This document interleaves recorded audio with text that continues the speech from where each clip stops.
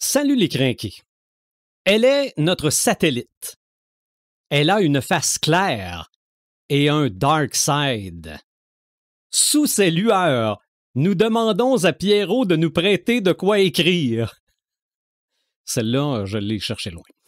Ma tête s'y retrouve souvent à l'intérieur.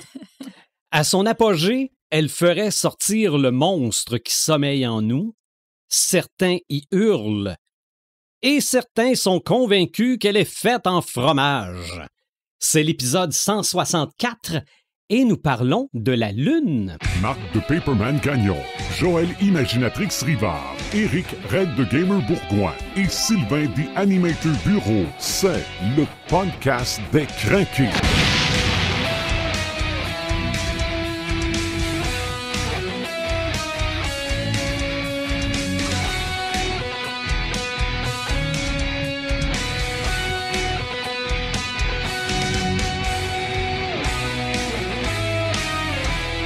Un petit podcast estival, pas trop long, un petit sujet facile et nous sommes très naïfs, encore une fois. Bienvenue au podcast des crinqués, nous parlons de la Lune aujourd'hui.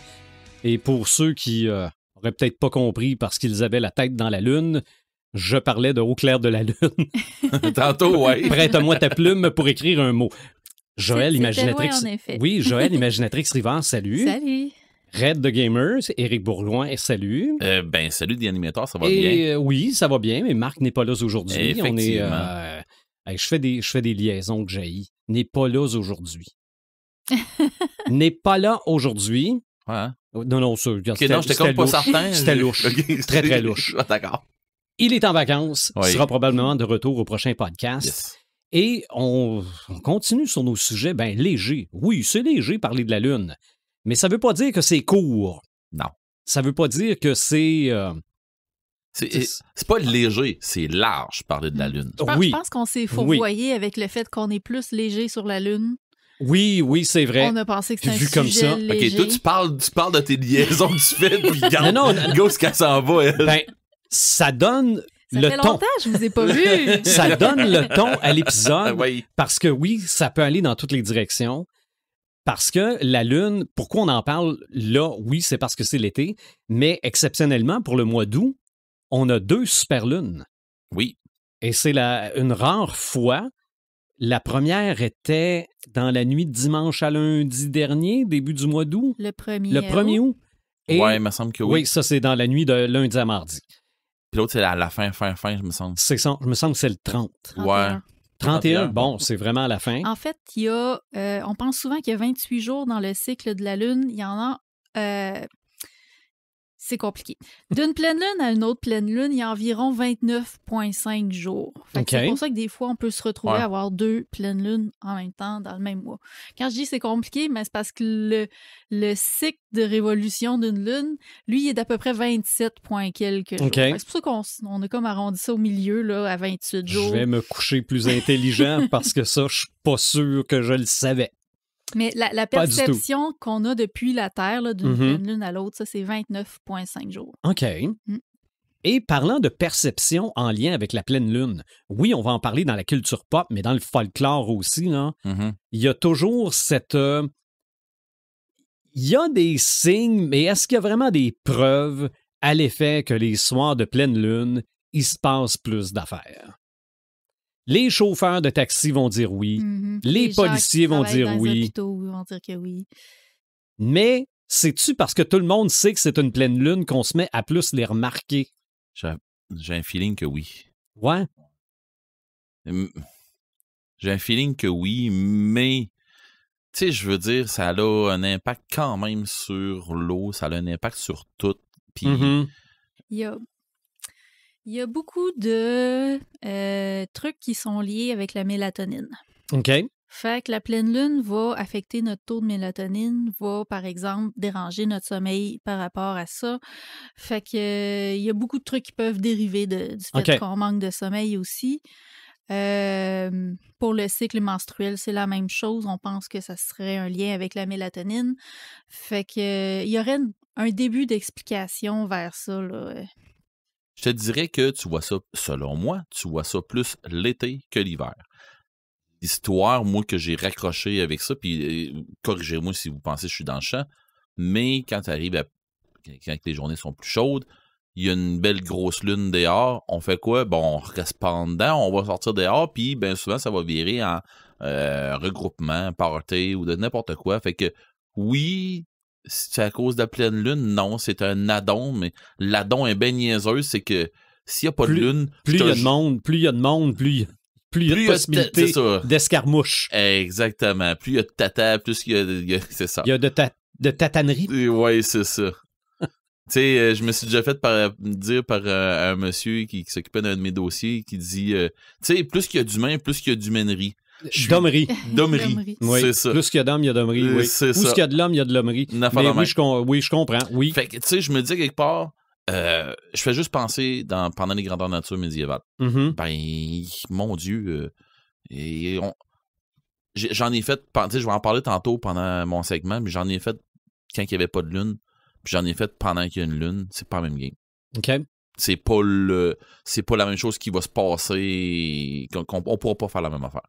Mais je vous en reparlerai tantôt, mais vous allez comprendre. Mais je sais pas, j'ai l'impression que je mettrais ça comme ça. Tu sais, sur le fait que le monde sorte parce que justement, ça les attire. C'est pas la lune les attire, mais le taux, tu sais, le taux de luminosité de soir. La pleine lune serait un ingrédient. Ouais. OK. Ben, je pense. Peut-être. Mais je pense qu'à ce niveau-là, c'est plus que ça agit sur notre intellect puis sur notre imaginaire Mm-hmm. que, tu sais, un truc plus scientifique, mettons, là, qui déréglerait notre circulation sanguine ou nos hormones ou quoi que ce soit. Ben, j'adhère plus à ça que d'autres choses. Ben, malgré que la théorie de la mélatonine que tu nous amènes et que j'avais jamais entendue, si tu dors pas bien, t'es plus agité ou t'es plus fatigué ou t'es plus enclin à faire des accidents le lendemain ou... C'est sûr que ça peut affecter certains trucs. Peut-être. Mais oui, la pleine lune, la lune, ça joue sur notre imaginaire. Absolument. Ça inspire depuis qu'on est capable de la voir, la lune, depuis probablement. Parce que c'est... Oui, là, on dit que c'est un satellite, mais sûrement qu'on a considéré que c'était une planète pendant des années et la planète la plus proche de nous. Ou n'importe quelle autre entité, que ça puisse être une divinité ou avoir quelque chose qui a une conscience. Oui, effectivement, ça nous influence depuis très longtemps. Donc, toi, ça t'inspire quoi, la Lune? Ben, ça m'inspire plein de trucs super larges. Honnêtement, je ne savais pas où commencer cet segment-là. Parce que oui, c'est ça. On en a parlé depuis le début des temps. On l'a remarqué depuis le début des temps parce qu'elle a toujours été là. Elle a influencé la mythologie, elle a influencé le folklore, elle influence encore aujourd'hui des auteurs, des créateurs, beaucoup de personnes. Ben, j'ai décidé de commencer par la base, simplement. On va parler de notre lune ou de qu'est-ce qu'une lune en général au niveau plus scientifique. Okay. Si on veut. Je me prends peut-être pour une scientifique ou peut-être pas. Mais en fait, tu l'as dit tout à l'heure, une lune, c'est un satellite naturel. Mais en fait, qu'est-ce que c'est un satellite naturel? Ça peut être à peu près n'importe quel objet qui n'a pas été créé par l'humain, contrairement au satellite artificiel, qui va être en orbite autour d'une planète. Mais ça peut être pas nécessairement une planète, ça peut aussi être ce qu'on appelle une planète naine. Parce que j'ai su aujourd'hui que... Pluton est rendu une planète naine. Okay. On avait longtemps débattu si c'était une planète ou pas. On y a fait une nouvelle catégorie. Ça va changer dans 10 ans. Ouais, mais ça avait été changé puis ça a revenu. Non, ça a été changé, ça a revenu. Puis là, on a découvert d'autres planètes naines dans notre système solaire. Super fascinant tout ça. Mais bref, ça peut être autour d'une planète qui est comme morte, comme Pluton. Ça peut être aussi autour de n'importe quel autre objet qui est plus gros que le satellite en tant que tel. Fait que ça peut être un astéroïde, par exemple. Il peut avoir des satellites qui tournent autour de lui. On en a combien, vous pensez, à peu près dans notre système solaire? Là? On sait que, tu sais, il y a des planètes comme Saturne, Jupiter qui en ont quelques-unes. Qui ont quelques lunes, ben oui.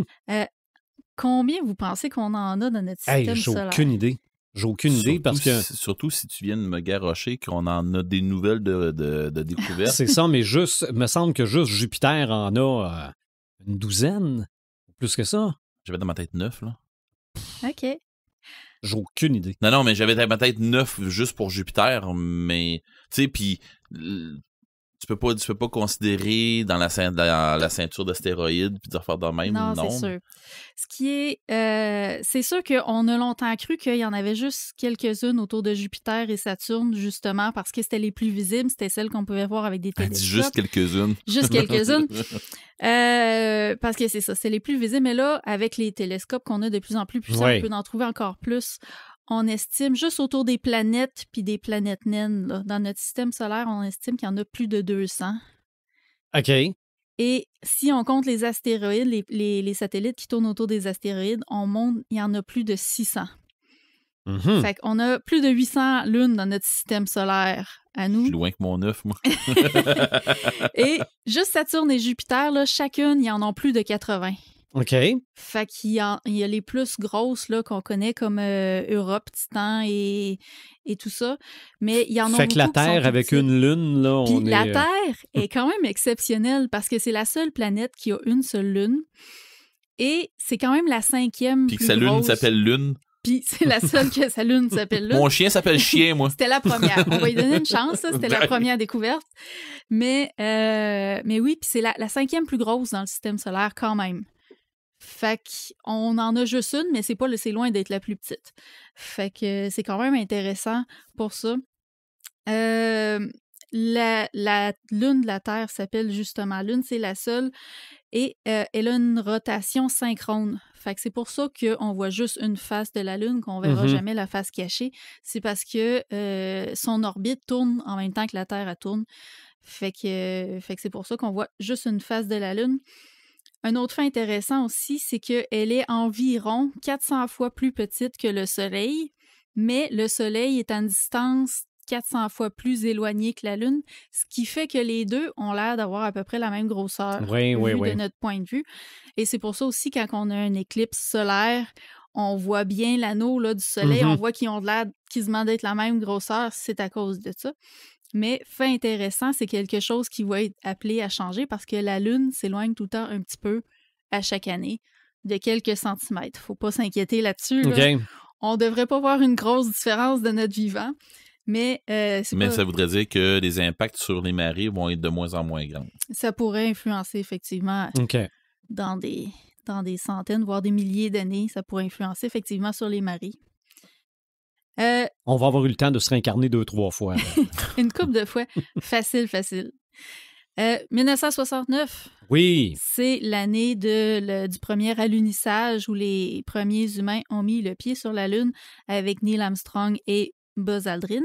Il y a des gens qui croient que la Lune est faite en fromage, mais il y a des gens aussi qui croient que ça ne s'est jamais passé. On n'a jamais mis le pied sur la Lune. Extérieur n'a même parlé. Extérieur n'a même parlé. Ça s'appelle, dans une tune qui s'appelle Le Complot. OK. Bon. Dans le refrain, ils disent on n'a jamais mis les pieds sur la Lune. OK. Ça doit être C'était filmé. Une excellente tune. C'est avant-gardiste. Pour vrai, c'est écœurant. Moi, je l'ai souvent dans la tête. Mais bon. Puis bref, c'est ça. C'est pas étonnant quand on sait tout ça que la Lune, elle a vraiment influencé plusieurs trucs. On a nommé des trucs que ça affectait. Il y a des trucs qui sont prouvés, il y a des trucs qui ont été démontrés que c'était faux. On a parlé évidemment les marées, ça c'est incontestable que la Lune a effectivement un effet là-dessus. Le sommeil, ça a un effet. Ça aurait un effet sur le cycle menstruel.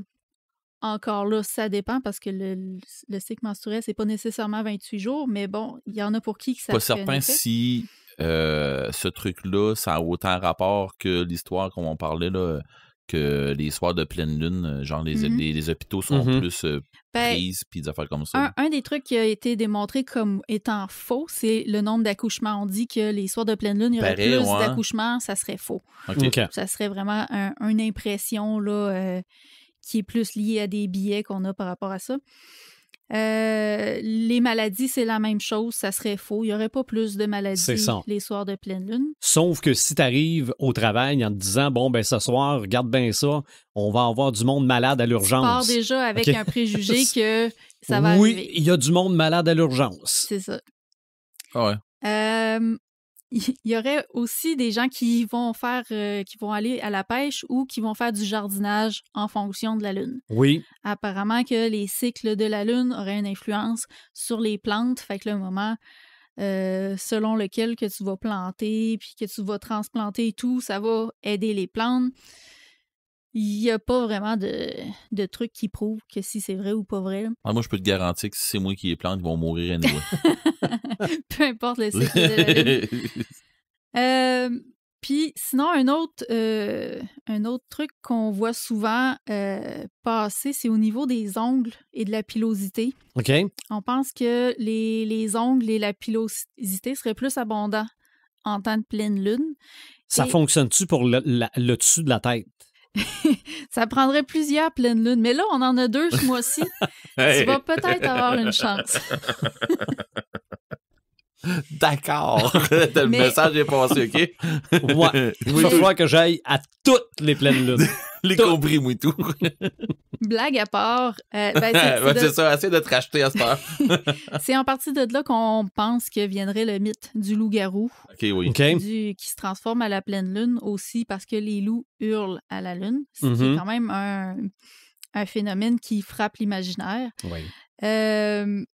Dans l'histoire, il y a eu comme plusieurs attributions à la Lune là, qu'on a données comme ça, mais les premières dont on connaît encore l'existence remontent à la mythologie grecque. Il y avait une triade lunaire qu'on appelle. En fait, c'était 3 déesses. Dans la mythologie grecque, on associait beaucoup la lune aux déesses féminines, tandis qu'on associait le soleil aux dieux masculins. Oui. Alors, il y avait cette triade lunaire-là qui était composée de Artémis, Séléné et Hécate. Alors, chacune d'entre elles représentait une phase lunaire. Artémis, on lui donnait le croissant de lune. Séléné, c'était la pleine lune. Puis Hécate, c'était la nouvelle lune ou l'absence de lune. Et chacune représentait un stade de la vie, de la naissance à la maturité, jusqu'à Hécate, qui représente la mort et par extension la renaissance. Et Hécate est aussi considérée comme la déesse des enfers. Fait intéressant, Séléné, qui représente la pleine lune, elle est la fille de Théia. Et je vous ai pas parlé de la naissance de notre lune sur la Terre. En fait, ce qui est intéressant, c'est que depuis le début des temps, là, les astrologistes et les scientifiques donnent des noms souvent qui sont liés à la mythologie grecque, au corps céleste. Mm-hmm. Et la Lune se serait formée probablement, ce qu'on pense, par une collision entre la Terre, qui n'était pas encore tout à fait Terre à l'époque, et une autre protoplanète qu'on appelle, qu'ils ont nommée Théia. Et Théia, en faisant cette collision-là, serait devenue la Lune. Et dans la mythologie grecque, ce qui est intéressant, c'est de savoir que Théia a donné naissance à Séléné, qui est un peu l'autre mot là, pour parler de la Lune. Okay. Fait que c'est quand même un beau clin d'œil là, à la mythologie. Il en parle justement dans un roman de Bernard Werber. Okay. Je pense que c'est sur... mon Dieu, je me souviens pas du nom exactement, là, mais c'est des anges quelque chose, puis il parle justement d'une sorte d'humains qui vont avoir évolué, mais tu sais que les humains, on vient de créer un genre de clone, mais c'est des petits humains tout petits, mais ils les envoient récupérer, pas récupérer, mais essayer d'arrêter un astéroïde qui s'en vient vers nous autres, mais que finalement, c'est ça serait une lune que ça deviendrait. Puis là, on entend la Terre parler à cet astre-là qui s'en vient, mais c'est comme 2 amants qui se parlent. Puis, fait que c'est ça. Fait que c'est comme la Terre là, qui veut avoir la rencontre de... C'est weird, sauf que c'est très... comment je dirais ça, donc? C'est... Je dirais pas romanesque, là, mais c'est pas ça là, le mot, mais c'est très...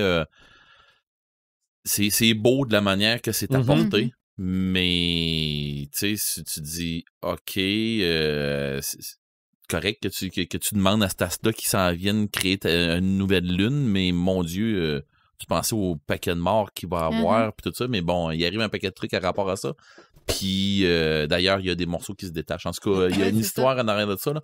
Mais monsieur Herbert, monsieur Verber, plutôt, il est loin dans ses affaires, là. Quand il s'en va chercher, là, des trucs en rapport avec les cycles, tu sais, tout ce qui est scientifique, tu le vois qui a été cherché. Parce que tu me parles de ça, puis c'est des trucs que je me souviens d'avoir lu dans ses romans, que je me dis, OK, oui, c'est... Avec lequel il a fait des liens. Ouais, c'est ça. Okay. Ah ouais, tu vois qu'il a cherché, là, tu sais, puis un apporte à l'autre, sauf que, tu vois, Joël, elle nous parle de trucs en rapport avec la Lune, elle nous parle des dieux, puis des affaires comme ça, puis lui, il nous amène ça ailleurs. Fait que, tu sais, la même recherche qui s'en va d'un bout à l'autre, là, mais c'est nice. C'est pour dire comment que c'est un sujet qui est inspirant pour vraiment beaucoup d'auteurs et de créateurs.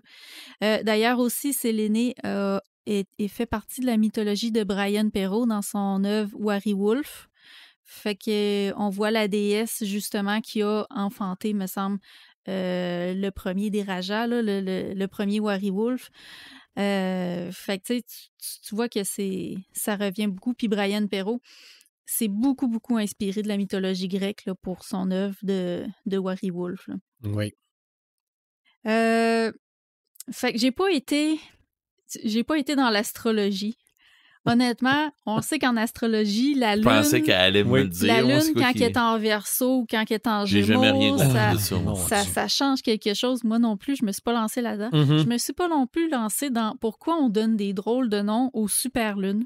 Okay. Parce que les lunes qu'on a ce mois-ci, au mois d'août, on en a 2.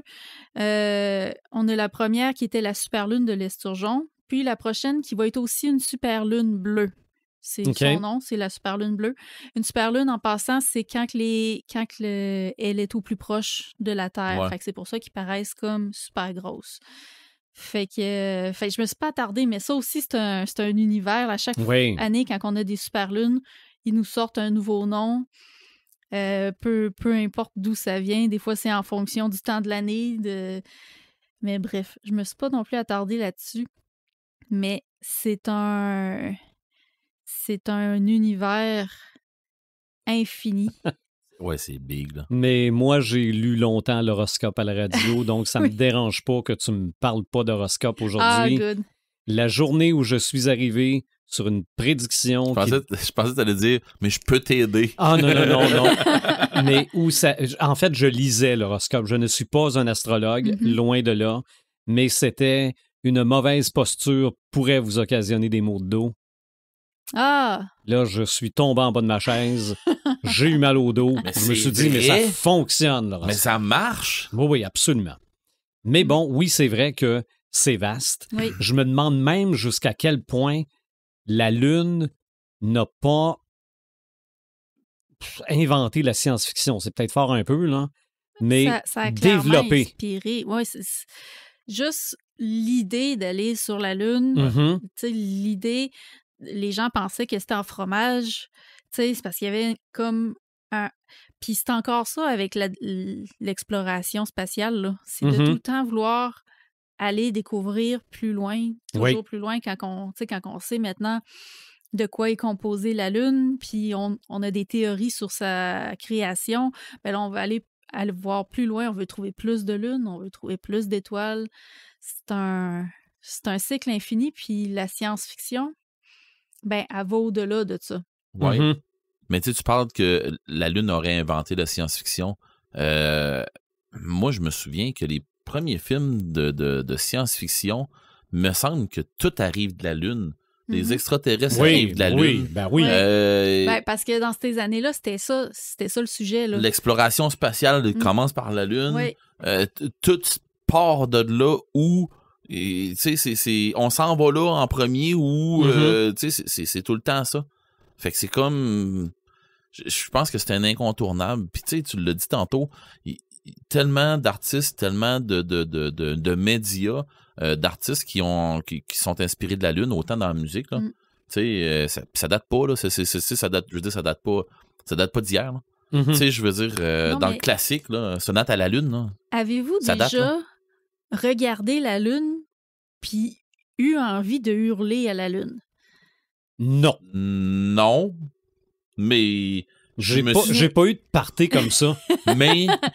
mais je veux dire, il n'y a pas quelque chose en dedans de vous qui monte quand vous regardez une pleine Lune? Faudrait que j'essaie.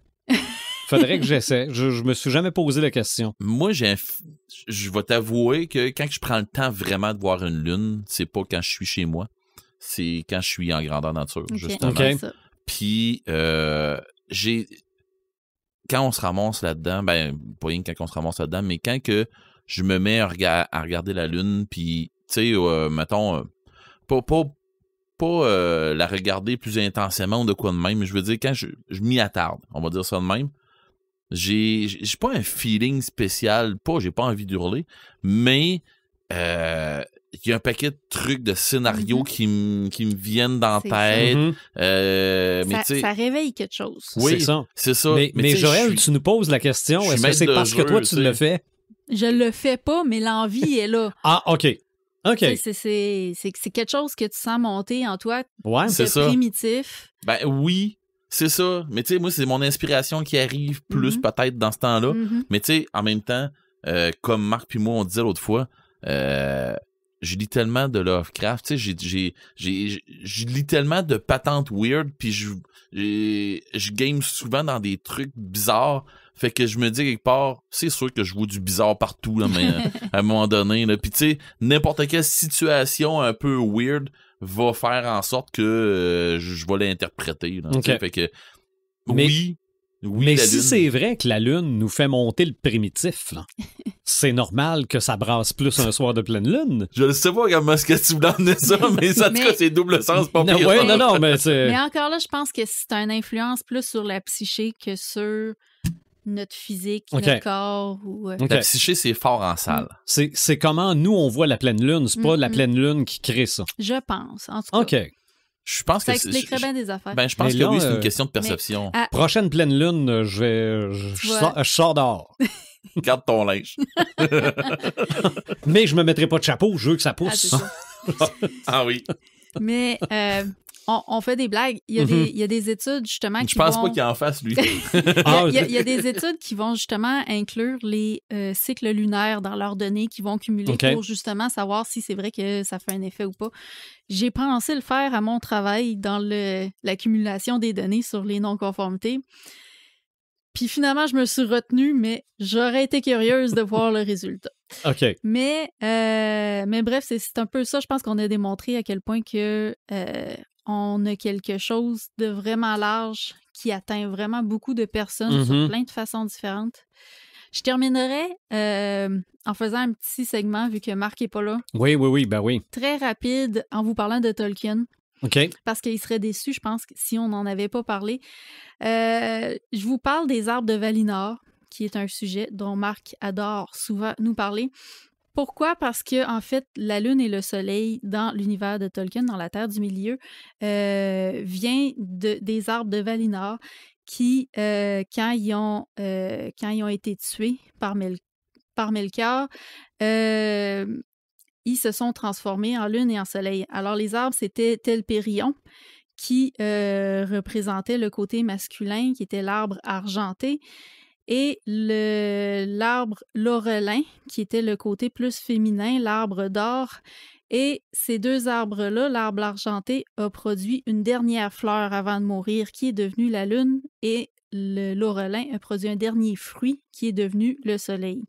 Fait que la lune et le soleil n'existaient pas avant que les arbres de Valinor meurent. Mais il n'y a pas grand-chose qui existait au début. Là, il y avait les étoiles. Il y avait quand même les dieux, il y avait commencé à créer les peuples et tout, mais c'est ça, on avait seulement les étoiles. C'était assez sombre au début à ce moment. C'était sombre, mais c'était les arbres, dans le fond, qui illuminaient Valinor à cette époque-là.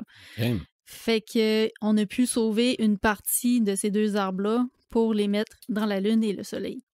Et aussi, dans Tolkien, il y a une histoire dont Marc nous avait parlé, je crois, c'était notre podcast sur les chiens. C'est l'histoire Rover Random, qui est l'histoire d'un chien qui est transformé en jouet et par un sorcier et envoyé sur la Lune. Fait qu'il va rencontrer l'homme de la Lune, il va rencontrer le chien de la Lune aussi qui va Fait qu'il y avait aussi cette histoire-là que Tolkien avait écrit pour son fils qui avait perdu son jouet en forme de chien une fois à la plage. OK. Fait qu'on a parlé de Tolkien. On a parlé un peu de Lovecraft. Attends un peu, je vais trouver de quoi. Moi, le seul lien que j'ai entre Lovecraft puis la Lune, c'est South Park. OK. Parce que dans South Park, quand ils ont décidé de faire des forages sur la Lune, ils ont réveillé Cthulhu. OK. Mais Je pensais pas qu'il pouvait avoir Cthulhu dans South Park. C'était les épisodes sur le Coon et sa gang. C'était 3 épisodes, je pense, mais c'était un délice à écouter. Là. C'était dans le pur absurde total. Là. Mais très bon. Mais bref, c'est pour ça. Sinon, Marc nous avait proposé quelques suggestions. Oui. Ben, il y avait évidemment Objectif Lune de Tintin. Ouais.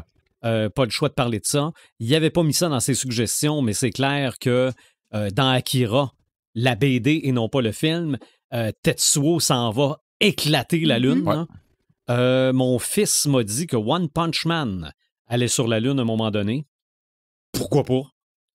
À part ça, dans la littérature... Ben moi, dans la littérature, j'ai d'autres choses. Hein. Ben oui, mais il y en a sûrement. Là. Parce que dans le livre de Ernest Cline, qui est Armada, OK. c'est une invasion extraterrestre qui se passe, puis tout ça, mais une des façons de pouvoir s'en sortir, c'est qu'il envoie les héros sur la Lune, où il y a une base, une base, dans le fond, pour être capable de pouvoir... conduire des drones, puis être capable de pouvoir envoyer les drones à la rencontre des extraterrestres, puis tout ça. Puis c'est à partir de là qu'il arrive plein de trucs sur la Lune, justement, à partir de cette base-là. Je trouve que Ernest Cline a très bien...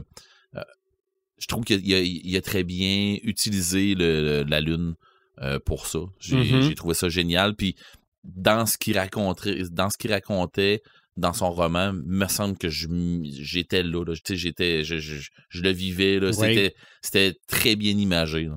OK. Ben, pour ce qui est peut-être des BD, à moins de me tromper, il me semble que dans The Umbrella Academy, il y en a un qui est comme posté sur la Lune, là, le plus gros de la gang. Là. Il me semble que ça. Dans L'Incroyable Hulk, bon, à la base... numéro 1 de l'Incroyable Hulk, quand il devient Hulk pour la première fois, il devient Hulk de nuit. OK. Mais dans les années 90, quand on a ramené le Hulk gris, on a aussi amené l'influence de la Lune. Parce que c'est le soleil qui le faisait redevenir Bruce Banner. Donc, quand la Lune est pleine, il y a encore un peu de soleil de cette façon-là. Donc, les soirs de pleine Lune, on avait un Hulk plus docile, et les soirs de nouvelle lune, là, il était Hulk totalement. Okay. Donc ça, je trouvais que le principe était quand même le fun. À part ça, tant qu'à parler au nom de Marc qui n'est pas ici, c'est sûr que, bon, lui m'a toujours parlé de la chanson d'Indochine. Oui. J'ai demandé à la Lune. Oui. Là. Bon, ça, c'est une de ses chansons. Tant qu'à être dans la musique, il y a Dark Side of the Moon de Pink Floyd. Il y a Bark at the Moon d'Ozzy Osbourne. Tu parlais dans le podcast de Bad Moon Rising de CCR. Des chansons de lune, il y en a. Ben, c'est comme je disais tantôt, la sonate à la lune. Oui, aussi. C'est vieux, mais tu sais, sinon, pour vrai, là, dans le metal, puis dans le black metal, puis des affaires. Un des premiers 45 tours que j'ai fait jouer dans ma vie, puis là, c'est vraiment dans ma vie, donc j'ai peut-être 4-5 ans, c'est Blue Moon. OK. Ça, regarde, c'est les 45 tours des parents, là. Mais c'est ça. C'est la Lune, et même dans la musique. Moi, premier film avec la Lune, c'est le visuel de notre épisode. Le film s'appelle A Trip to the Moon, ça date de 1920. OK. Donc, entre 1920 et 1969, où on est vraiment allé sur la Lune, et ça faisait longtemps qu'on fantasmait sur... le voyage sur la Lune, sauf que là, c'est vraiment quelqu'un qui est maquillé. Là. La Lune a un visage, puis je pense qu'elle reçoit une fusée dans un œil. Là. Donc ça, c'est le premier... la première Lune à l'écran. Je peux pas penser à côté de Sailor Moon. Bon. Ah oui. Parce que elle... Mais là, j'ai pas... Je sais ce que c'est Sailor Moon. Mais de là à dire que je m'y connais en Sailor Moon, plus ou moins... L'adolescente qui devient Sailor Moon est la réincarnation de la princesse qui vivait sur la Lune. C'est une affaire de même. Quelque chose comme ça. Il me semble qu'il n'est pas tout seul. Non, ben t'as des sailors d'autres planètes. C'est leur Neptune, c'est leur Mars. Ok. Mhm. Tu vois, Mais c'est ça. Elle est comme la réincarnation de la princesse qui est devenue une reine parce qu'elle est tombée en amour avec le prince de la Terre. Je n'en dis pas plus. Ouais, non. Moi, ce qui m'est venu en tête quand j'ai pensé à la Lune et la Lune faite en fromage, c'est le premier court-métrage d'animation de Wallace et Gromit. C'est ça que je cherchais. Le premier animation qu'on parlait de ça? C'est un voyage, c'est pas le lapin-garou. Une grande excursion. Non, ça c'est le film. Okay. Ça, c'est le long-métrage. Mais oui, il peut y avoir un lien avec la Lune parce que le lapin-garou doit devenir le lapin-garou les soirs de pleine Lune. Là. Mais Wallace et Gromit, bon, Wallace est un inventeur, Gromit est son chien, puis son chien a l'air quasiment plus intelligent que l'inventeur. Il n'a pas un pour sauver l'autre. Là. C'est ça. Mais Wallace aime le fromage. Je pense le gorgonzola particulièrement. Et il se rend compte un bon matin, il n'y en a plus dans le réfrigérateur. Donc, lui est un inventeur. 1 + 1, ça fait 2. La Lune est en fromage. Construisons-nous une fusée. Donc, se construisent une fusée, s'en vont sur la Lune, mais entre-temps, sur la Lune, Gromit réveille un robot.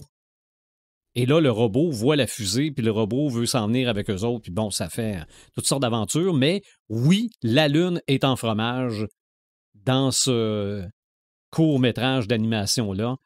Et c'est le moins bon de la gang, parce que c'était le premier, puis c'était un peu embryonnaire, là. Mais voilà, c'est Gromit, là, moi, c'est... J'aime beaucoup ça. Un mauvais pantalon, là, ça, c'est le deuxième, là, avec le pingouin qui se déguise en poule et qui a une course de train électrique où il met des rails au fur et à mesure en avant de lui, là, ça a gagné un Oscar. Là. Okay. Pour de l'animation, là, ça n'a pas de bon sens. À part ça, bon, ben, tout ce qui touche les loups-garous. Ben oui. Ça, c'est... De toute façon, loup-garou ou pas, quand la scène commence par on nous montre la pleine lune, c'est jamais bon signe. Rarement. Okay, c'est... Peu importe. Mais le loup-garou de Londres, la séquence de transformation et la grosse transformation en loup-garou dans le premier hurlement. Ouais. C'était quelque chose. Je sais pas pourquoi, moi, ABC avait passé ça un dimanche après-midi. Ils ont bien réussi. J'avais été impressionné. J'avais été très, très impressionné. Tout ce qui touche les voyages sur la Lune, là, je veux dire, Apollo... c'était quoi? C'était Apollo 11 avec Tom Hanks. Ouais. Il y en a un paquet là, de films où on parle de voyages sur la Lune. Cosmos 1999, la série de la fin des années 60. La base est sur la Lune. La base est sur la Lune. Et ça, vous allez peut-être pouvoir me démêler, mais il me semble que Goldorak, les méchants sont pas cachés en arrière de la Lune. Il me semble que oui. C'est pas Transformer? Non, j'ai mis Transformer aussi. OK. J'ai mis V aussi. Ouais. La série V, me semble, où les extraterrestres sont des reptiliens. Ben, en fait, des vrais reptiles, là. Me semble qu'ils sont cachés en arrière de la Lune. Ça me dit quelque chose, oui. Ou c'est la série télé quand ils reviennent, où ils sont en arrière de la Lune. Il me semble que c'est quelque chose comme ça, mais... Je peux pas te dire. La Lune est partout. Ouais. Mais... T'as oublié de parler du complot dans Agent Elvis. Oui, oui, dans Agent Elvis. Ouais. Que j'ai pas encore fini en passant. Faut que je finisse ça. Mais dans Agent Elvis sur Netflix, où Elvis est un agent secret, Moi, je l'ai vu. Lui sait qu'on s'en va sur la Lune et aurait donc aimé ça aller avec les astronautes sur la Lune. Et celle qui est sa partenaire agent secret lui dit à la fin, viens avec moi, et il l'amène dans le studio de télé où on tourne la séquence parce qu'on n'est pas allé vraiment sur la Lune. Lui met un costume d'astronaute et Elvis fait partie des astronautes qui sont allés sur la Lune. C'est complètement fou. Mais toi, l'as-tu vu, Red? Oui. OK, parce que tu sais que c'est Elvis qui a dit à George Lucas comment faire des sables laser Oui. aussi. Non, c'est les références là-dedans sont parlant de succulentes. George Lucas, on a, je crois, Tatooine, qui a plusieurs... Non, il y a plusieurs soleils. Plusieurs soleils. OK. Mais Plusieurs il y a soleils des, il y a sur des Tatooine, planètes. puis il y a plusieurs... Genre Naboo a 2 lunes, je me trompe c'est pas. OK. Mais 2001, l'Odyssée de l'espace, doit avoir la Lune là-dedans. Hey, ça fait trop longtemps. Mhm. Sûrement. Mais OK. ça fait trop longtemps. Puis il y a un paquet d'autres films, là, Non. tu sais, honnêtes, là, qui débarquent sur la Lune puis qui ramassent un parasite, puis que, tu sais, des affaires de même, il y en a beaucoup, là. Tu sais, il y a même un film que les nazis ont une base sur le Dark Side of the Moon, là. Mhm. OK. Tu sais, sur le côté obscur, ils ont même des tyrannosaures, des affaires comme ça. OK. En tout cas, c'est ridicule, là, mais bon. Écoute, Dans pense-y. la même veine que les zombies nazis, là. Ouais, c'est ça. Tu sais, puis en plus, comme je disais tantôt, je parlais d'Armada. Même à la fin du livre Armada, Klein dit qu'il s'est fait approcher par des studios de télé pour apporter Armada en médias sur un film. Ça serait OK. génial pour vrai. On aurait un film d'action assez à grand déploiement. Là. OK. Mais Il y a, dans les adaptations au cinéma aussi, il y a La machine à remonter dans le temps, OK. oui. que je n'ai pas lu le livre, mais dans le film, il y a quelque chose qui rentre en collision avec la Lune. ils minent la C'est ça, ils font du minage sur la Lune C'est ça. pour faire des condos. Super de bonne idée. OK. Ben oui. Puis la Lune se met à tomber vers la Terre, puis OK. là, il fait un gros bond dans le temps, puis il arrive à un endroit où il y a comme plus de civilisation sur Terre, puis on voit juste comme une espèce de débris de Lune. qui Ouais, est la Lune est encore comme dans- éclatant en dans 3 le morceaux ciel. dans Oui, le fond c'est de même. assez, Ouais. D'ailleurs, ça m'a inspiré mon prochain roman de fantasy. Là. OK. J'ai un petit peu détruit les lunes. Mais des condos sur la Lune, c'est peut-être là qu'on est rendu. C'est là qu'on est rendu, puis ça serait Hey, au vraiment prix que des triste. condos sont à cette heure ici, ça serait pas tant plus cher. Là. Puis c'est vraiment triste parce que, tu sais, la fiction nous montre tout le temps un peu qu'est-ce qu'on doit pas faire, puis on l'écoute pas. Fait que, Ouais, vu de même. et là-dessus, Marc, il serait très, très en accord avec ça. Ouais, C'est Mhm. pas une bonne idée d'aller faire des condos sur la Lune. pas tant. En tout cas, Mais pas en faisant du forage. on verra peut-être pas ça. En ce qui me concerne, j'espère que non. Dans les jeux, dans les grandeurs nature, dans les board games, à part des fois d'être dans la Lune, parce que moi, c'est ce qui m'arrive avec les board games, mais c'est parce que, je l'ai toujours dit, c'est parce que les maîtres de jeu sont bons, puis moi, me faire raconter des histoires, je pars dans ma tête. Ouais. OK? Et mes journées commencent tôt. Donc, je suis pas toujours un bon joueur. On faut... Tu parles, tu parles Sylvain. de board game. Oui. Question board game, j'y connais pas trop de board game qui a rapport avec la Lune de mon côté, à part que sur le jeu Last Night on Earth, t'as une nuit à survivre. OK. Puis c'est une invasion de zombies, puis des affaires de même. Il y a plusieurs scénarios dans le jeu, mais le compteur qu'on a, là, c'est du début de la soirée jusqu'à l'aube. Fait que c'est une lune que tu fais descendre. Là. Mhm. Puis rendu à la fin, ben, si la lune est partie, toi aussi t'es parti. Techniquement. Mais je sais pas si vous autres, dans les board games, je sais pas si vous autres, vous avez quelque chose qui a rapport avec la lune, mais là, il n'y a rien qui me vient à C'est l'idée. ça. Ben, moi, j'ai vu quelque chose là, que j'ai partagé, là, qui était un Kickstarter, Moon, un quelque jeu chose qui comme s'appelle ça, là. Moon. Là. C'est ça. Mais Mais il n'y a rien qui me vient à l'idée. J'ai Mhm. un vague souvenir, je me trompe pas, d'un jeu qu'il fallait que t'envoies t'envoies ton monde dans l'espace, mais il me semble que c'était-tu dans l'espace ou donc il fallait que tu sauves le maximum d'humains ou je me souviens pas trop, là, mais c'est une affaire de même, mais exactement c'est quoi qui se passe, je sais pas. Là. Fait que je m'en souviens pas assez. Question jeux vidéo, ben écoute, on va commencer par de mon côté, Destiny, le 1, le 2, il se passe vraiment de quoi de gros sur la Lune. OK. C'est comme une des premières destinations que tu vas après la Terre, mais c'est parce que dans cette destination-là, ce qui arrive, c'est que il y a vraiment une sorcière de quoi de big qui était... en gros, ça se trouvait à être comme un personnage qui était de notre côté, mais qui a finalement dégénéré, tout ça, puis sur la Lune, mais il y a comme un... c'est dans le fond, le voyageur qui a l'air d'une grosse lune. C'est comme un genre de gros astre qui est à côté de la Terre. Puis il y a la lune à côté.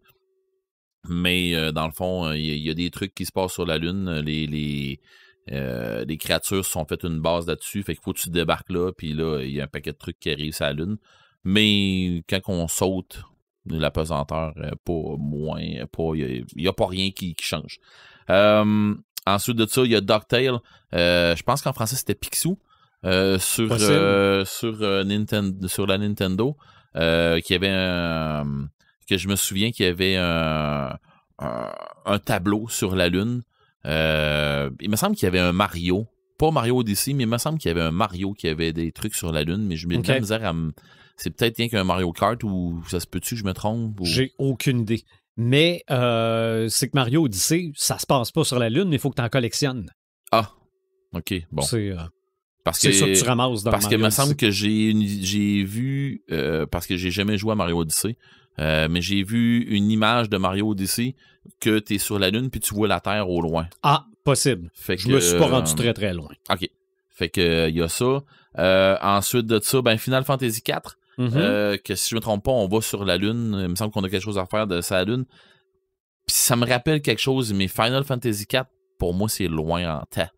Fait que je suis comme... Il me semble que j'ai joué un peu, mais j'ai pas joué assez pour dire « Ah oui, c'est ça qui s'est passé. » Ensuite de ça, Wolfenstein New World, il y a un gros tableau, il y a un grand bout là, qui est sur la Lune. On sort sur la Lune. On n'est pas dans une base, on sort sur la Lune. Sinon, Majora Mask, je suis pas certain, mais j'ai vu une image de la Lune. Tu sais, tu parlais tantôt de la Lune avec un visage, là, puis, oui. mais ça a un rapport avec ça, je me trompe pas, Majora Mask. Ça n'a pas un rapport avec l'histoire de la Lune, la première représentation à l'écran, là. Mais il y a une histoire comme ça qui ressemble à ça un peu, là, avec un visage sur la Lune puis tout ça, là. Mais j'ai pas assez joué à Majora Mask pour je me souviens pas assez de ça. Pas que j'ai pas assez joué, je me souviens pas assez de ça. Fait que je peux pas me garrocher trop loin là-dedans. Sinon, il y a Deep Space. Pas Deep Space, Dead Space. Dead Space, oui. C'est ça. Dead Space que, là, on est en périphérie ou on est sur la Lune. Il y a Pokémon Moon. Lui, je l'ai, mais je l'ai pas fait. Fait que je sais pas. Je pense que c'est un Pokémon qui a rapport avec la Lune parce que t'as le même qui a rapport avec le Soleil. Tu sais, t'as Pokémon Sun puis t'as Pokémon Moon. T'as Ultra Moon, Ultra Sun puis des affaires dans le même. Mais là, rendu là, à un moment donné, là, les jeux de Pokémon, il y en a... Une pléthore. Oui, tout à fait. Il y en a vraiment beaucoup. Sinon, je dirais un jeu populaire qui a vraiment rapport avec la Lune, Doom. OK. Doom, on se ramasse sur Mars, ouais, mais on se ramasse à la Lune aussi. Puis je me trompe pas. Colin, j'ai un... Il me semble que j'ai un feeling que le film avec The Rock. Avec The Rock, ouais. Il est-tu sur Mars ou sur la Lune? Je me souviens pas. J'ai aucune idée. Mais j'ai même pas vu le film au complet. Je suis tombé sur la fin.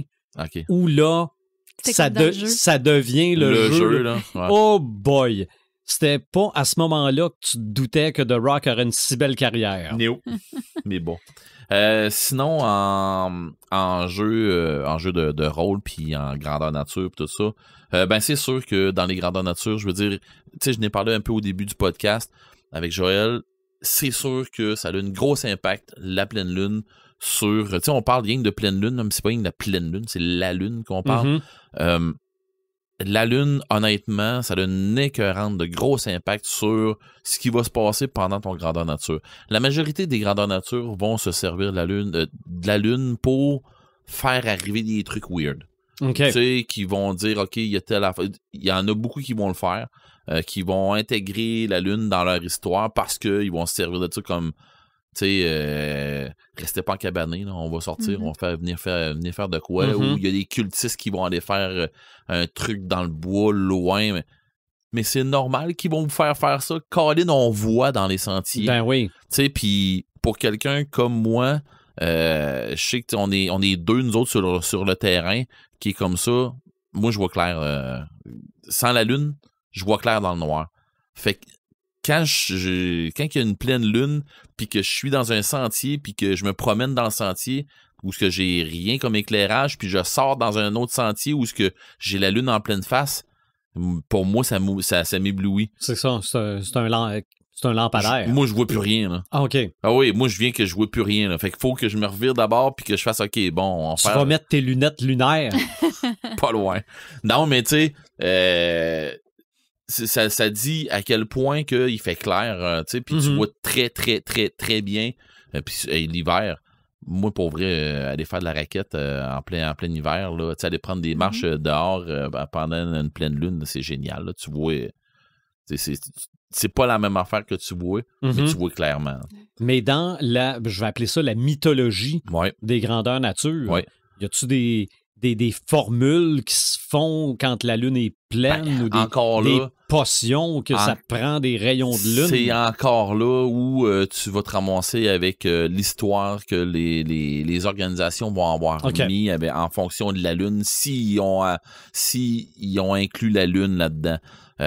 C'est clair que tu vas te ramasser. C'est facile de dire il est arrivé de quoi qui est tombé de la lune. Il est arrivé quelque chose que c'est un cristal qui arrive de la lune. Tu sais, un cristal blanc, tout ça, ben, c'est quoi la première affaire que tu vois qui est blanc, puis qui est comme blanc laiteux, tout ça? Regarde ce que c'est qui est en haut de ta tête, là, tu sais, c'est blanc laiteux, ça ressemble à ça pas mal. Bon, ben, c'est un cristaux de lune. Bon. OK. Tu sais, c'est facile de faire des affaires comme ça. Puis, quand tu peux l'avoir facile, là, les organisations de grandeur nature, là, ils sont pas toutes comme beaucoup de gens que j'ai croisés dans ma vie, ou beaucoup d'entreprises que j'ai croisées dans ma vie, où pourquoi faire simple quand tu peux faire compliqué? Bon, mais c'est pas tout le monde qui sont comme ça. Okay. Il y a beaucoup d'organisations que justement, ils vont dire, ben non, c'est facile, regarde, c'est ça, c'est évident. Bon, c'est ça qu'on fait. Tu sais, on se casse pas la tête plus que ça, c'est ça, puis ça marche. Tu sais, c'est une formule gagnante qui marche. Fait que oui, ça peut arriver des trucs comme ça. T'imagines-tu faire un GN, un éclipse lunaire? Ça serait fou. Le scénario qui vient avec. Ben là. Oui. Tu sais, tu t'organises pour faire arriver quelque chose, un rituel X, là, qu'ils ont avalé la lune, puis tu sais, ça... Ce qui est bien, c'est que c'est un élément qui vient rajouter de l'ambiance, qui vient rajouter beaucoup de réalisme. Ben oui, puis parce que contrairement à tous les décors et les costumes que vous avez faits, c'est un truc sur lequel vous n'avez aucune emprise, aucun pouvoir. Exactement. C'est de ça que je m'en allais dire. Tu sais, t'as bien beau faire n'importe quoi, t'as bien beau essayer de faire n'importe quoi. Les cultistes qui vont avoir fait leur rituel pour avaler la lune, pour enlever tel pouvoir ou faire tel truc, ben, OK, t'en as une lune après. Elle est revenue. C'est-tu de la bonne? Tu sais? En parlant d'éclipse, là, il vient de m'apparaître quelque chose en tête, puis c'est en lien avec Tintin. Oui. C'était Tintin et le temple du soleil. Ah oui, ben oui. Puis, je veux dire... Qui avait utilisé l'éclipse pour faire accroire qu'il faisait de la prédiction. Ouais, c'est ça, il avait vu ça dans le journal. Ouais. Mais pas de lune, pas d'éclipse. Non. Mais, tu vois, c'est un peu le même principe que tu peux faire dans des grandeurs nature que Tintin a fait. Un peu le même affaire. Sinon, ben, tu sais, on en a parlé tantôt, question jeu de rôle, ben, Werewolf, loup-garou, l'Apocalypse, ben, c'est un jeu qui est basé sur les loups-garous. Bien entendu, tu vas me dire, ouais, mais on parle pas de loups-garous, on parle de lune, ouais. Mais dans ce jeu-là, on a arrêté de penser à les loups-garous deviennent loups-garous seulement à la pleine lune. Non. Les loups-garous peuvent devenir loups-garous n'importe quand. Par contre, leur lune a un cycle. Tu peux venir loup-garou n'importe quand, mais si, mettons que tu es dans la nouvelle lune, ben, quand il n'y a plus de lune dans le ciel, ben là, ton essence de loup-garou, ton loup intérieur devient plus fort, puis tout ça. Fait que, au même principe que, les loups-garous qui sont que eux, c'est la pleine lune, ben, quand c'est la pleine lune pour eux, c'est les loups-garous les plus guerriers pis tout ça. Fait que, ils ont toutes comme une lune, comme la lune aux 3/4 descendant, c'est des poètes, pis des affaires dans le même, ils ont un paquet de trucs dans ce style-là. Il y en a que c'est genre plus les divinations, puis des affaires plus chamaniques, mais qui vont s'en aller avec d'autres lunes, puis, ils ont vraiment... Ils ont approfondi ça pour pas que ça soit yin. Le classique pleine lune, le loup-garou se contrôle plus, puis non, c'est pas vrai. Mm-hmm. Ça marche pas comme ça. C'est selon ton cycle de lune, puis... ensuite de ça, tu parlais de Pluton tantôt. Je l'avais intégré là-dedans parce que je me souvenais plus si c'était une lune ou non. Mais bon, je parlais tantôt d'Ernest Klein avec Armada. Il se passe de quoi justement sur une autre planète, sur une autre lune avec Armada, mais je veux pas dévoiler de punch à rien, fait que vous le lirez. Mais sinon, il y a Mutant Chronicle, le jeu sur table de Mutant Chronicle qui les créatures mutantes qu'on va se battre contre, là, qui viennent littéralement de l'enfer, ont été découverts parce que, dans le fond, l'humanité est rendue assez loin. Les méga corporations, les méga entreprises, puis ils ont tellement exploité la Terre qu'il n'y a plus rien exploité, puis ils ont envoyé, ils sont partis d'un bord puis de l'autre dans l'espace pour pouvoir exploiter les planètes autour. Ils sont à un moment donné arrivés à dire, coudonc, on va aller checker en dessous de la glace à Pluton. Parce que, il y a creux de glace sur Pluton, fait qu'ils sont allés creuser. Puis ils sont tombés sur des portes, puis sauf que c'était des portes vers l'enfer. Puis à partir de là, c'est ça, Pluton est devenu comme le gate de l'enfer, puis c'est de là que ça arrive, toute la cochonnerie, mais bon. C'est donc difficile d'être Pluton. Ouais. C'est quasiment le film. Une lune, une c'est pas, elle est pas certaine. Une chose. Elle cherche. C'est ça. S'il y avait trouble de l'identité. un divan de psychologue pour planète, on y mettrait Pluton. Ouais, c'est ça. Sinon, la grosse affaire que moi je connais dans les jeux de rôle puis tout ça, puis que je me sers pas régulièrement, mais je me sers pour faire passer des messages ou quelque chose comme ça. C'est à Warhammer Fantasy.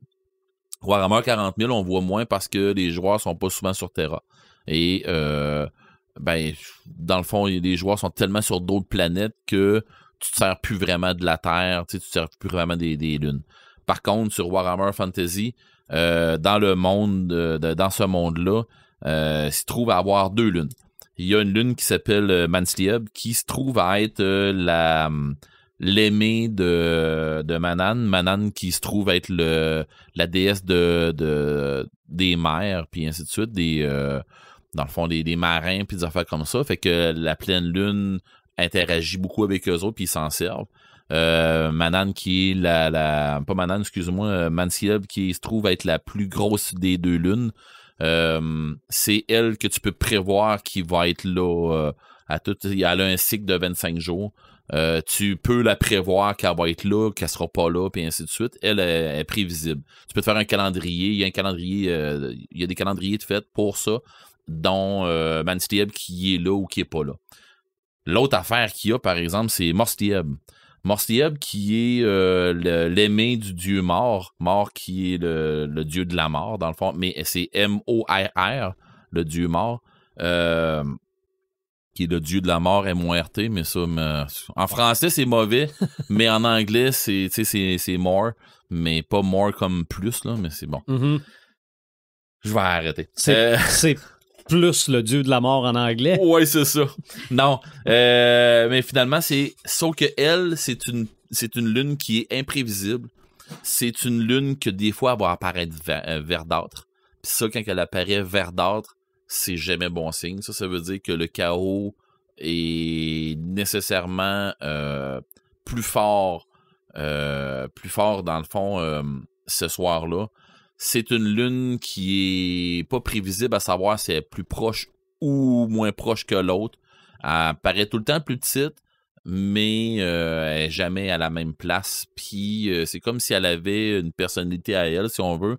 Et c'est de là aussi qui va arriver des météores de Warpstone, de Malpierre en français, qui est comme un genre qui est comme un genre de minéral qui va dégager une voyons, je le dirai pas, mot t'as dit J'haïs ça. Dégager une odeur, un aura, Non. une substance, Non. un Écoute, gaz. Non. OK. Je vais l'avoir, là. C'est comme une bombe. Bon, comme du nucléaire, là. OK. Bon, mais Qui c'est... dégage du nucléaire. Non, c'est pas du nucléaire. Ah, j'haïs ça. Je déteste Une explosion. Radiation. Une Merci. radiation. Ah, bon, Merci. c'est elle le cerveau du groupe. Chance, t'es là. OK. Donc, la Warpstone dégage une genre de radiation, mais cette radiation-là, ce qu'elle fait, c'est qu'elle va créer des mutations. Les mutants dans Warhammer, c'est pas bon, c'est pas bien. Mais les Skaven se servent énormément de ça, mais les autres sont capables de toffer ça, puis ils sont capables même de faire des armes avec ça. Fait que ils peuvent s'en servir. Donc, Morciel, ça a une écœurante de gros impact sur les joueurs. Donc, quand tu fais apparaître, quand tu dis aux joueurs, tu leur parles pas de la lune à rien, ils vont faire, bon, OK, il y a une lune, ça finit là. Mais quand tu leur dis que, vous vous rendez compte que Morciel est là, puis, tu sais, elle est verte, de quoi comme ça, ils vont faire, OK, il va arriver de quoi, ils vont se tenir sur leur garde. Peut-être que c'est pas eux autres que ça arrive, mais le chaos, ou dans le fond, des agents du chaos vont avoir agi très fortement sur quelque chose de névralgique sur le monde. Puis, dans le fond, tu peux t'en servir comme ça. Puis, il y a aussi, tu peux t'en servir aussi pour faire changer les vents magiques. Ça joue un peu sur les vents magiques des mages, tout ça. Fait que tu peux un petit peu écœurer tes mages avec ça. Ça fait que tu peux t'en servir. Mais, en gros, là, où ce que j'ai vu que ça a vraiment une grosse impact, là, c'est vraiment dans les grandeurs nature, où ce que quand tu arrives dans des GN où ce que t'as vraiment une grosse lune, comme là, je veux dire, on s'en va, je pense que c'était à la fin de semaine au mois de septembre qu'il va y avoir encore un Kraken. OK. Puis, on en a eu un avec, justement, en fin de semaine passée. Fait qu'on l'a eu, la pleine lune, mais était, on va dire, comme Alexis. Il y a une journée, elle était cachée pas mal. C'est ça, je vais dire comme Alexis, la lune n'est pas vaillante. Elle a sorti en haut de la cime des arbres, puis elle n'a pas monté ben haut, c'est vrai. Elle était pas vaillante. Mais je pense qu'on va pogner l'autre. OK, oui, on parle que c'est le 31. Sauf que... ça va être encore le 1er 2 septembre. C'est ça. Encore gros. Là. Puis si je me trompe pas, ça se trouve être là le prochain Kraken. Fait que 2 pleines lunes dans le même mois avec 2 Kraken quasiment en même temps. Pas loin. Les astres sont alignés. Oui. Puis ils ont fait ça en gros à cause de... Tu sais, quand je disais là, que l'organisation fait ça, là. Finalement, l'histoire de faire pousser des cheveux, ça marche pas. Pourquoi? Non? Si je me fie à la pleine lune que tu viens de passer... J'ai pas eu le temps. C'était pas la pleine lune. C'était mardi, la pleine lune. OK. Toi, t'étais en GN. Je peux te dire une affaire que le vendredi, je l'ai pas vu la lune, mais j'ai vu le ciel pas pire, puis il mouillait en... OK. Ouais. Et puis en plus, ils m'ont tué en tour d'une égouttière, fait que j'ai eu le temps de navrer un peu puis de prendre une coupe de bonne gorgée. OK. Pour vrai. Non, mais faut... te faire tuer en tour d'une égouttière. C'est pas de ma faute, là, il était beaucoup. Là. Mais faut quand même faire nos combinaisons en conséquence, nos habits, nos costumes. Ouais. Oui. C'est ce que j'ai fait? J'étais allé dans ma cabane, j'ai enlevé ma chemise, j'ai ramassé ma peau de renard argenté, je l'ai mis sur mes épaules, puis ça a été ça mon costume pour le restant de la soirée. Wow. OK. Il a arrêté de mouiller. Oui. Mais... Écoute, une chemise tout mouillée sur le dos. Non. Fait j'ai enlevé ma veste, j'ai enlevé ma chemise, puis mes culottes étaient trempes, eux autres. Ils m'ont séché sur le casse que je fasse. Mais c'est ça, une grandeur nature. C'est le même, tu sais. Tu veux faire, c'est ça. Parce que... Juste avec ta peau de renard, pas de culotte, t'aurais eu l'air un peu... non. Un peu bizarre. C'est pas ça que j'ai dit. Un peu bizarre. Je trouve que tu déformes trop, là. Il aurait perdu un petit peu de crédibilité, là. Ouais. On aurait dit sans passe des choses les soirs de pleine lune. À part ça. À part ça, c'est pas mal tout. Je veux dire... je vais pas me garrocher dans des jeux que je connais pas assez, pis tout ça, puis tu sais, de me faire dire « Hey, Red, c'est pas ça. » Mais ils peuvent, par exemple, les gens peuvent facilement nous dire il manque ça, vous auriez dû parler de ça, connaissez-vous ça? On est très, très ouvert. Exact. Mais de toute façon, notre but, c'est de montrer que ça existe. Voici le haut de l'iceberg. Et encore une fois, pour ce qui est de la Lune, je pense que oui, c'est très vaste et on fera un épisode juste sur l'astrologie à un moment donné. Ouais, je pense qu'on l'a dans notre banque de sujets. Je pensais que t'allais Oh! dire je vais vous tirer aussi. Je vais essayer de vous faire de quoi. Non. Je vois dans ma boule de cristal que le prochain podcast sera encore une fois un iceberg. Voilà, c'est ma prédiction astrologique. Ouh. Ça se peut, mais je Mhm. peux dire encore bien plus de prévisions que ça. OK? Le prochain podcast va être retardé d'une semaine. Ça se peut fort bien. Oui. Mhm. Ça se Ben, peut fort bien. à moins que vous le fassiez sans moi. Parce que je vais être en train de tuer des gens à Bicoline.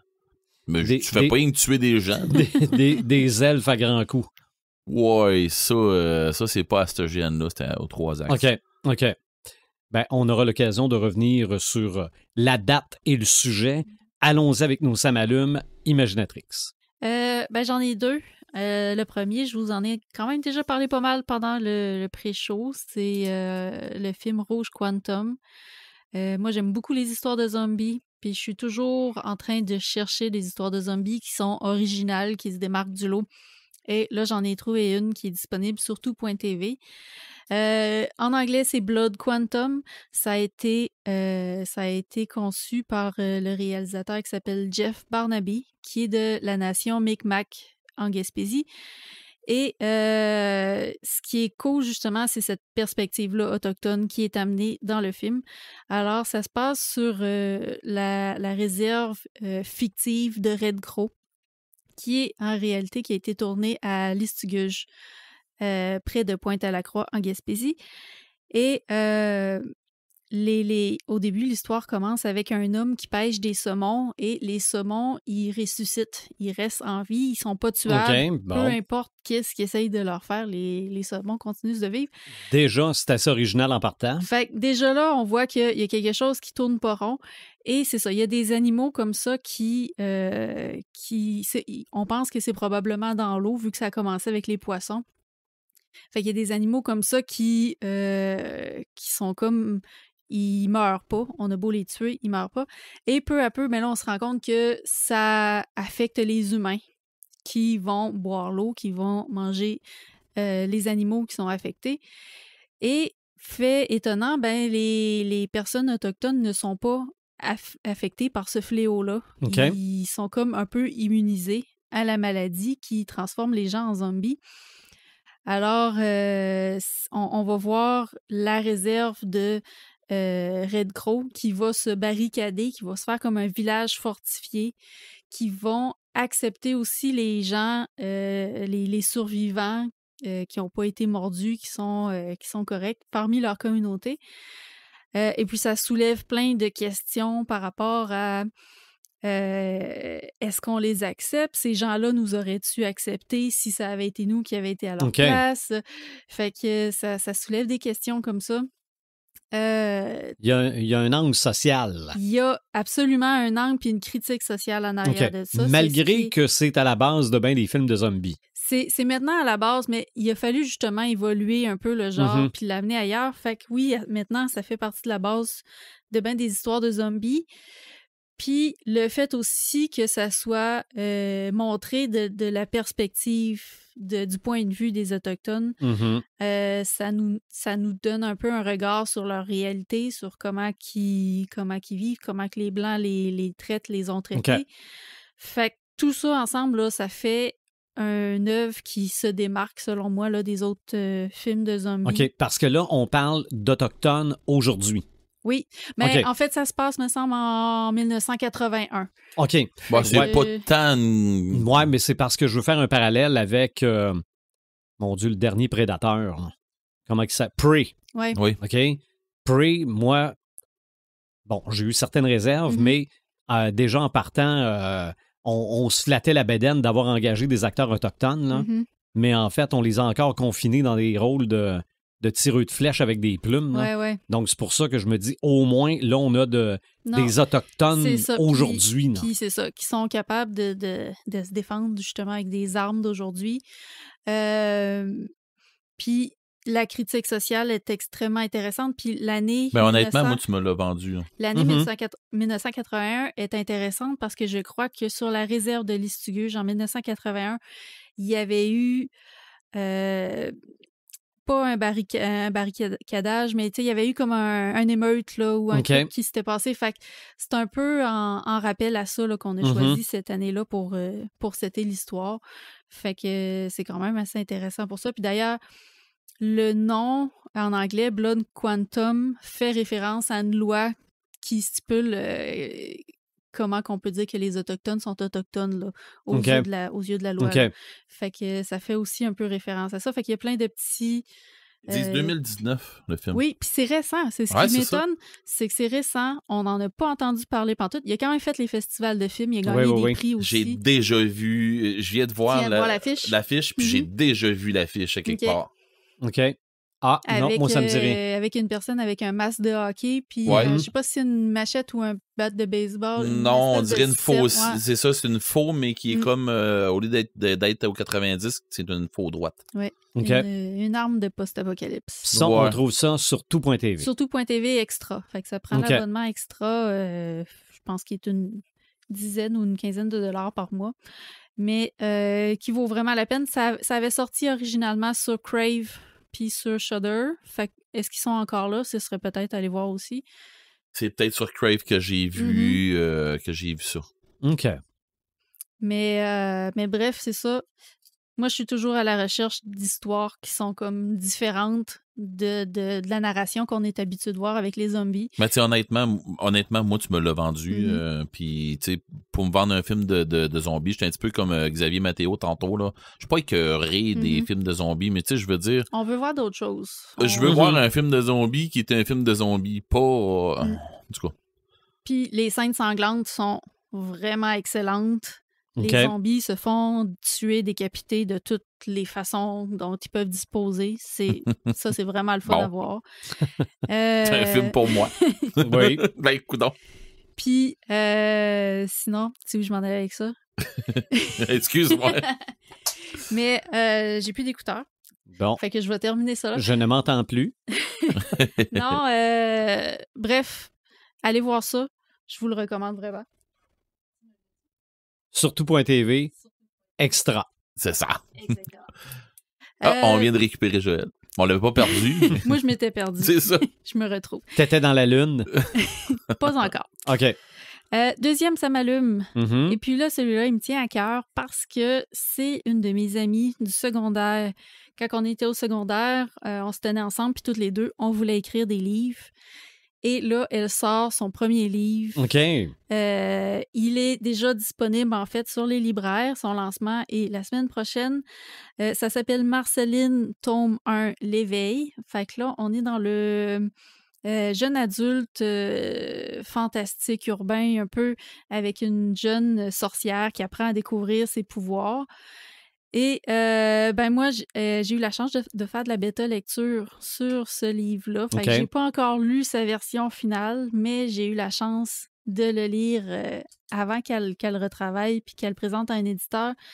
Fait que déjà d'emblée, là, même s'il y avait des trucs à retravailler, je trouvais que le centre de l'histoire, le cœur de l'histoire était extrêmement intéressant, avait vraiment un bon potentiel et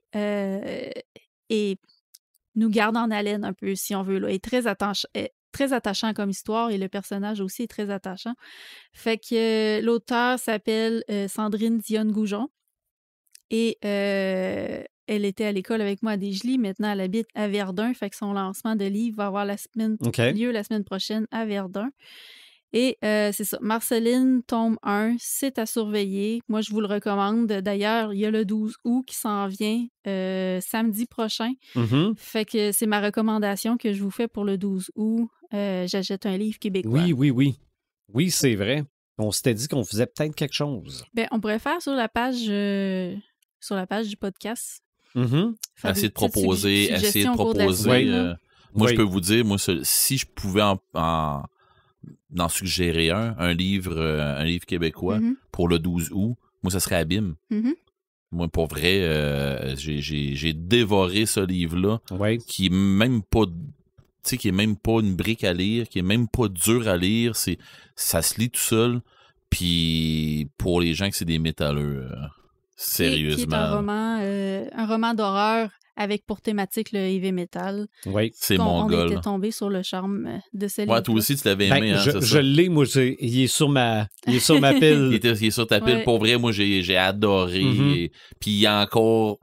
Puis en plus que je suis le seul qui est autographié. Ah non, moi je l'ai eu. Tu l'as eu, là. là? Ah! Mais... Je te dis, au prochain De Comic-Con... Jonathan Reynolds, soit Ouais, en passant. là. si je peux-tu aller au prochain Comic-Con, puis si je peux-tu pogner Jonathan là-bas, je peux-tu te jurer qu'il va avoir mon livre avec moi? Mais bon, Mhm. Mais Euh, malgré qu'on pourrait s'arranger pour l'avoir, lui, ici, à place. Aussi. aussi, mais je te jure, je vais faire signer mes 2 Mhm. livres que j'ai de lui. OK. Sinon, littérature québécoise, tant qu'à parler de littérature québécoise, Mhm. c'est pas mon samalume, mais ça va peut-être être le tien. Je sais pas si tu es au courant, mais les contes interdits, Oui! il y a eu une entente qui a été signée pour en faire une série télévisée. J'ai Mhm. entendu parler. Oui. Mhm. Je sais pas à quel point que ça va être adaptable à la télévision. J'ai hâte de voir. Ouais, moi aussi. Il y en J'ai a hâte des de voir. bons, OK? J'ai vu, tu sais, Patrick Sénécal présente, là. Mhm. Ouais. Puis j'ai beaucoup aimé. Mais on a quand même fait La Reine Rouge Oui.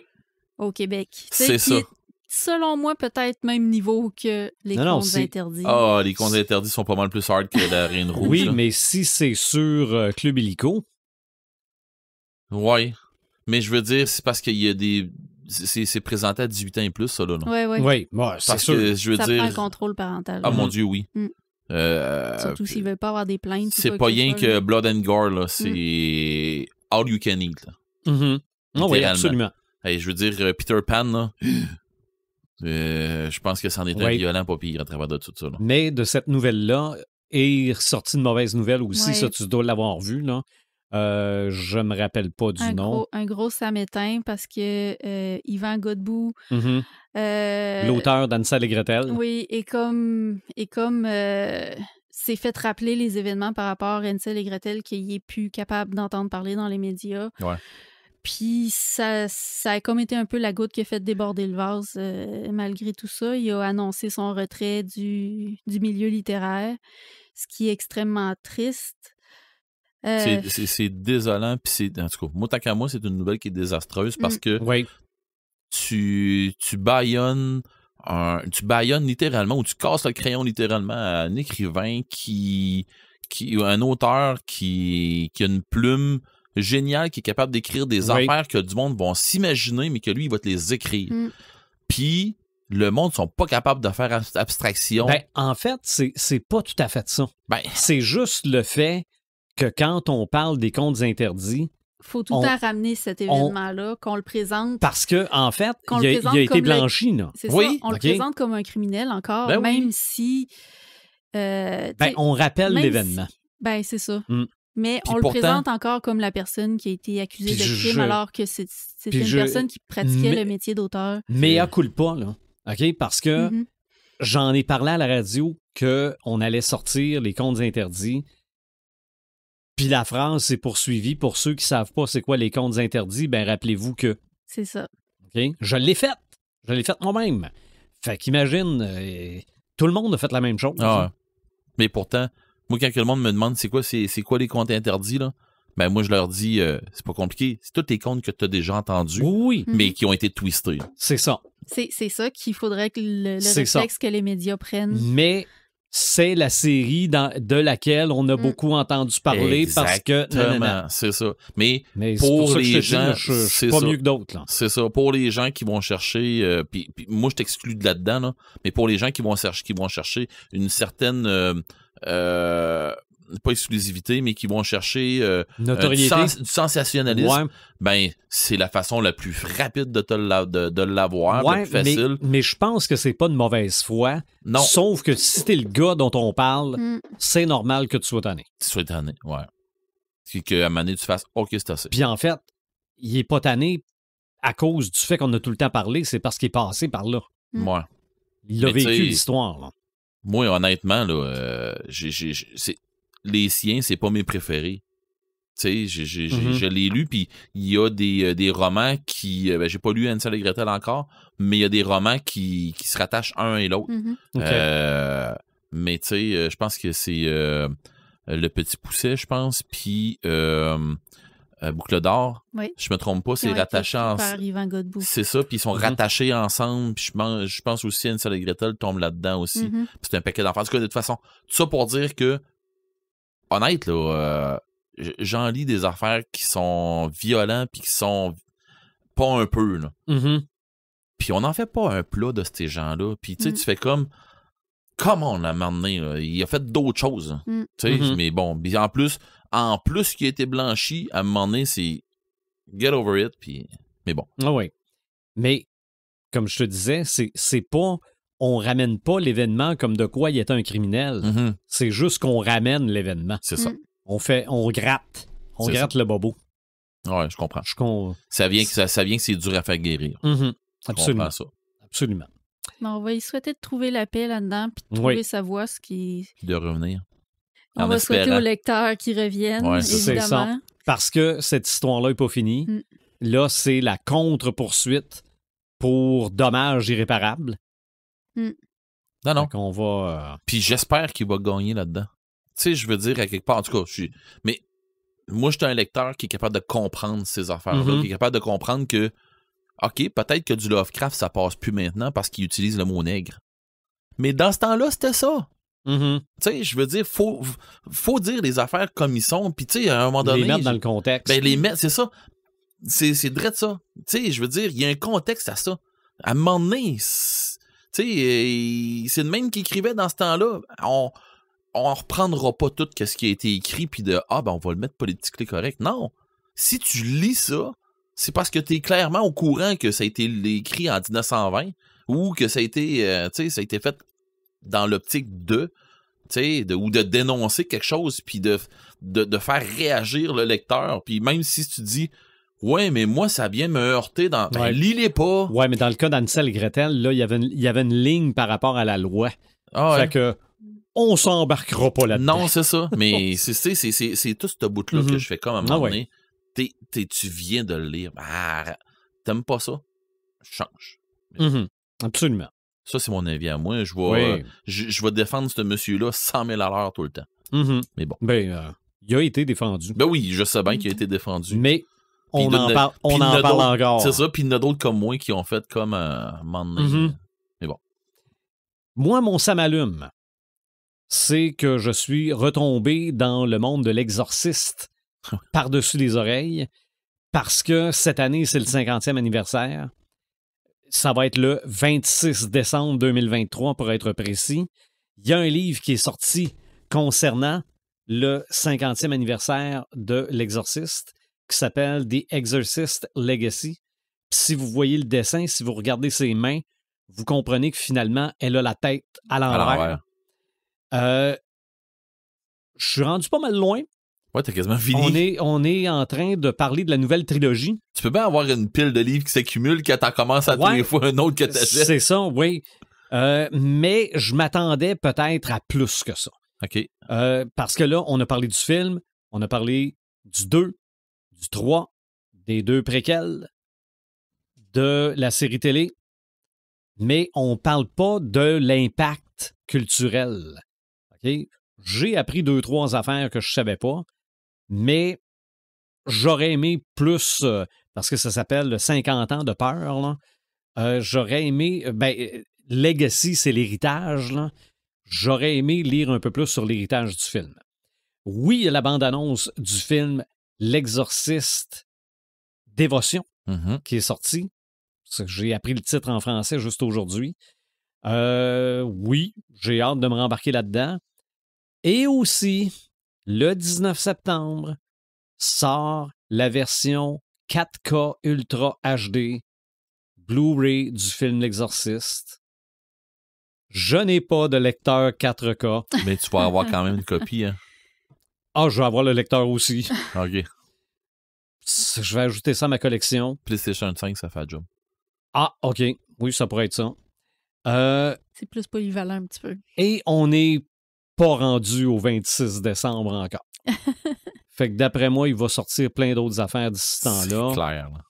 Est-ce qu'on va, je sais pas moi, rééditer la trame sonore en vinyle, malgré que je l'ai déjà? Toi, je le sais. T'es comme moi avec Warhammer. T'es une victime. Est-ce que je vais m'acheter une vraie planche de Ouija? Dis-le pas à Marc. Non. Ah, mais je pourrais juste mettre ça sur la table à café dans le salon à côté, là. Juste là. Et c'est fini, mais son manteau là. Parce que c'est vrai, dans l'Exorciste, il y a une vraie planche de Ouija. Ah oui. J'en ai pas. Mais c'est ça. Regardez, est-ce que je vais me replonger dans les suites? Je le sais pas. Hey, tu sais, je t'ai parlé de Starship Trooper tantôt. Mm-hmm. Pense à ce que je t'ai dit. Il y a des affaires, des fois, que c'est mieux de rester loin dans ton cerveau.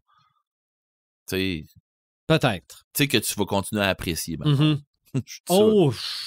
Je dis ça, je dis rien. Il y a des suites que même mon souvenir est pas très, très bon. Ouais, c'est ça. Mais bon. Donc voilà, 50e anniversaire de l'Exorciste. Je suis à date choyé. Ça m'allume. Et toi, Red? J'en ai 4 petits. Bicoline qui s'en vient la semaine prochaine. On part dimanche prochain. Pas dimanche en fin de semaine, mais dimanche le 13 août. En plus, c'est la fête à ma fille, ma plus jeune. Fait que je pars sa semaine au complet avec ma fille plus jeune là-bas. Puis ma grande, elle vient nous retrouver. C'est du dimanche au dimanche. Fait que ma grande, elle vient nous retrouver genre le vendredi matin avec un autre ami qui s'en vient avec nous autres. Fait que, tu sais, c'est un gros... C'est nos vacances papa-fille là, qu'on va se faire ensemble. Oui. Et... Mais... Fille a jamais fait ça. Et elle a jamais fait de grandeur nature, elle a jamais fait d'immersion médiévale, et ainsi de suite. Okay, si tu voyais ma maison... Elle commence en Cadillac. Ah ouais. Elle a commencé avec son père, fait que son père, il l'amène où c'est que ça prend, où il faut. Là. Oui, mais tu aurais pu l'amener à Kraken. Plus localement. J'aurais pu, j'aurais pu montrer d'autres choses puis tout ça, mais là, je voulais y montrer ça. OK. Fait que à hâte, puis... Elle plonge du troisième tremplin. Ouais, puis papa, il va pousser. OK. Ouais, mais là, non, c'est pas vrai. Papa il va la prendre par la main, puis on va sauter ensemble. Okay. L'autre, c'est viens nous rejoindre, on est déjà dedans, là. OK. Tu sais, ça va ressembler à ça. Mm-hmm. Mais, je veux dire, j'ai tellement hâte d'être là avec eux autres. Tu sais, j'étais déjà extrêmement proche de mes filles. Mm-hmm. Tu sais, on a une relation très fusionnelle, mes filles puis moi, mais là, on dirait qu'on la monte encore d'une coche. Je sais pas comment est-ce qu'on fait, mais j'ai l'impression que plus le temps avance avec mes filles, plus on monte ça d'une coche à toutes les fois. Ils vieillissent, c'est rien ça. Aussi. Fait que, tu sais, ça me rend très fier, tu sais, puis le côté geek, ils ont pas tombé... Les chiens font pas des chats, puis ils ont pas tombé loin de l'arbre, là, tu vas dire, mais, tu sais, mes filles, c'est dur de dire que c'est pas les miennes, là. Je veux dire, quand on voit comment est-ce que on fait des trucs ensemble, puis qu'ils vont me suivre dans n'importe quelle mot-à-dite niaiserie, là. Si vous voyez... on en a vu une des deux récemment, là, dans le podcast aussi. Oui, Cam, ouais, c'est ça, mais puis avec l'autre, tu sais, je disais tantôt hors d'onde que j'écoutais des trucs de bouffe puis des affaires comme ça, ben j'écoute ça avec ma plus jeune, mais notre fun, c'est de bitcher. Ça vole pas haut. On est dans le salon pis on bitch là, ces affaires, là, pis voyons, maudite pas bonne. Mais en tout cas, c'est juste drôle, là. C'est libérateur. Oui, ouais, mais tu sais, y a rien de méchant. Parce que ça reste entre elles. Y a rien ça se rend pas. C'est ça se rend pas, puis on le pense pas tant vraiment, mais c'est rien que... Puis en même temps, ça renforce votre relation père-fille. Mm-hmm. Oui, c'est con, mais oui, c'est carrément ça. Sinon, Kraken, un gros wow à la dernière activité Kraken. Mon Dieu que c'était hot. Sérieusement, explique là. Ce que c'est que Kraken. Nous autres, on le sait, là. OK. C'est GN Kraken, c'est Grandeur Nature Bas-Saint-Laurent, dans le fond, qui font ça. C'est GN Kraken.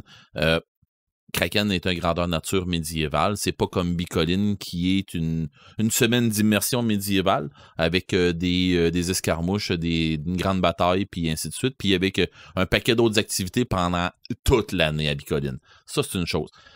Kraken, c'est un GN qui va avoir normalement 3 activités par année, dont un banquet, on appelle ça le banquet de la fonte, dans le fond au printemps.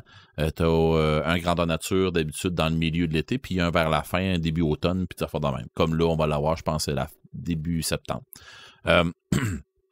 C'était un grandeur nature de 3 jours. Puis dans le fond, ça commence le vendredi, la nuit tombée, ben, je veux dire, vers 9 heures, ça commence, que là, on est parti, puis tu lâches le jeu le dimanche à midi, à peu près, dans ce coin-là. Puis il y a un paquet de trucs qui arrivent, avec une grosse trame géopolitique assez intense, qui a vraiment beaucoup de trucs qui se passent, c'est médiéval fantastique. Donc, il y a vraiment énormément de choses qui se passent. La magie, on la voit pas comme de la magie, comme dans Donjons et Dragons. C'est pas tout à fait la même affaire, mais il y a un paquet de trucs qui vont se passer là-dedans. C'est juste génial. Puis l'organisation, on fait juste... je sais pas trouver un bon mot pour ça, mais ils ont fait une job magistrale. OK. Ils ont fait vraiment un beau travail sur tout. Et on avait 88 joueurs. Fait que il y a du monde que j'ai vu à peine pendant la fin de semaine, puis c'est pas tant grand. Ben, c'est grand quand même. J'ai vu la photo de groupe, là, puis je t'ai cherché longtemps dessus. Tu m'as cherché, hein? Bon, fait que tu vois, j'étais pas là. Non, c'est pas vrai. Oui, je t'ai trouvé. Mais tu sais, il y avait du monde, puis sur la photo de fin, on n'est même pas toutes là. OK. Fait que j'aurais pu chercher longtemps. Oui, non, mais je veux dire, on n'est pas toutes là. Moi, je suis là, mais puis c'est ça. Puis en plus, on est rendu avec, tu sais, la blonde d'un des organisateurs est rendu qu'elle fait de la photo, elle se fait engager pour faire pas de la photo professionnelle, mais oui, je pense que oui, là. Cool. Puis tu sais, elle prend vraiment des photos. Photographe officiel. Oh oui, on est même rendu à vouloir commencer à faire un combat de mimes là, pour prendre des photos pour pouvoir faire des mimes là-dessus. Assez que là, c'est clair que cette année, en tout cas, à la dernière édition, j'ai une photo qui va être capable de faire un mime. Là. Okay. Ça, c'est clair. Mais bon. Mais mort en dessous d'une gouttière, ça aurait été bon, ça. Oui, j'aurais aimé ça, mais ils m'ont jamais trouvé. Ils ont eu de la misère à me trouver. Jusqu'à temps qu'à un moment donné, j'entende « Il est là, je l'ai trouvé! » Il y a quelqu'un qui me prenne par le collet puis qui fasse « OK, je vais te lever de là, mais si je tire ton linge, je vais suivre certain. » Je dis « Chris, oui, il va suivre. » Hey, j'étais détrempé, là, mais pas un peu. J'étais en dessous. On a pogné un genre d'orage, là, mais pas long. Tu sais, qui mouille comme 15-20 minutes, là. Mais tu sais, intensément, là. On a tout pogné ça. J'ai commencé à me battre, puis ça a commencé à tomber tranquillement. Quand je suis mort dans le déluge, et j'ai resté à terre dans le déluge. Fait que c'est ça. Fait que quand ils m'ont ramassé, ça a commencé à se laquer. Fait que j'étais 30 d'un bord à l'autre. Sinon, ben j'ai deux petits samalumes rapides, les 7 jours du talion que je suis en train de commencer en livre audio. J'ai pas tant long de lu, mais dans le fond, je suis rendu où ce que... Une petite lecture tranquille. C'est assez intense, c'est assez lourd. Dans le fond, il est en train, le père est en train de s'engager quelqu'un pour se monter une salle de torture. Fait que c'est là que je suis rendu. Il a trouvé quelqu'un pour le faire. Fait que je suis pas rendu encore, il a pas mis encore la main sur le tueur. Fait que j'ai hâte. Mais j'ai hâte. J'ai hâte, mais tu sais, je veux dire à quelque part. Tu sais, écoute. C'est parce que ce film-là, j'ai une relation avec ce film-là parce que c'est le genre de trucs que je donne en exemple quand il arrive des petits gars à la maison, parce que moi j'ai 2 filles. Oui. Quand il arrive des gars à la maison, puis je lui dis « 7 jours du talion, t'as déjà vu ça, toi? » Non, c'est quoi ça? OK. Patrick Sénécal a fait un livre, tu pourrais le lire, c'est comme tu veux, mais sinon, il y a un film qui a été fait, c'est super bon, puis c'est très bien joué, puis tout ça. Tu iras l'écouter. Puis tu vas voir que moi, je peux juste te dire que si jamais tu fais quelque chose à ma fille, ça, ben, c'est comme un petit... une entrée. Ouais, c'est comme un petit roman d'amour. Ce film-là. Fait que vois ça comme ça. Fait que là, puis mes filles qui sont là, hey, papa, arrête, là. Les autres, ils savent c'est quoi, là, tu sais. Mais bon. Puis sinon, ben, mon dernier, ça m'allume. Ben, je viens de finir Légion. De la série Les Résidorus. C'est le 7e roman de la série qui est... ça parle beaucoup de... Ben, pas ça parle beaucoup, ça parle de l'Alpha Légion. C'est très compliqué, ce livre-là, pour des gens qui comprennent pas Warhammer 40 000, vont faire « Mon Dieu, que c'est ça? » Il y a tellement de noms, il y a tellement de trucs, puis mais pourquoi on parle de lui, mais c'est le même, mais il n'y a pas le même nom là-bas, mais c'est ça, c'est parce que il y a, tu sais, tu parlais de Deception tantôt, là, c'est pas déception, c'est vraiment un... C'est le mot en français, je le sais pas exactement pour bien le calibrer, là, mais tu penses que c'est lui, c'est plus lui, c'est l'autre, puis c'est vraiment un chapitre de Space Marine qui œuvre dans l'infiltration, puis qui œuvre dans pas la falsification, mais tu sais, essayer d'infiltrer puis pas se faire voir, puis dans l'espionnage, de faire dans le même. Tabarouette, tu t'y retrouves parce que tu vois tout passer. OK. Mais si t'étais à l'extérieur puis tu sais pas compter l'histoire, tu fais comme OK, je comprends plus rien. Mais c'est normal et c'est ça qu'ils veulent. Mais c'est super bon, j'ai hâte de pogner le 8e. Tu sais, je suis juste addict. Là. OK. Fait que c'est ça. Prochain podcast, on sait pas c'est quand, on sait pas on va être combien, puis on sait pas de quoi on va parler, mais on sait qu'il y aura un prochain podcast à un moment donné. C'est drôle, je trouve, c'est comme un jour de la marmotte des fois. mais en fait, c'est vrai que plus on avance, là on est déjà rendu dans le mois d'août. Oui. Si t'es pas là dans 2 semaines... Mais c'est bico. Oui, je sais. C'est ça. Mais avant la fin de l'été, faut faire... on veut faire encore un épisode de Contes et légendes. Ouais. Oui, ben un épisode Feu de camp. Ouais. C'est vrai. On n'est pas obligé de faire de Contes et légendes.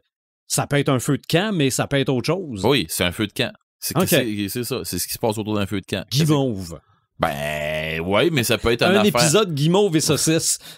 Ça peut être plein d'affaires, mais ça peut être des histoires de peur autour, tu sais, ça peut être plein d'affaires. Ouais. T'amèneras ta plus jeune, on va faire de la bouffe autour du feu de camp, puis vous nous lancerez un paquet de bêtises. On va bitcher. Vous allez bitcher. Continuez de nous suivre sur notre page Facebook, sur notre site Internet, les plateformes de streaming, et ce sera l'épisode 165.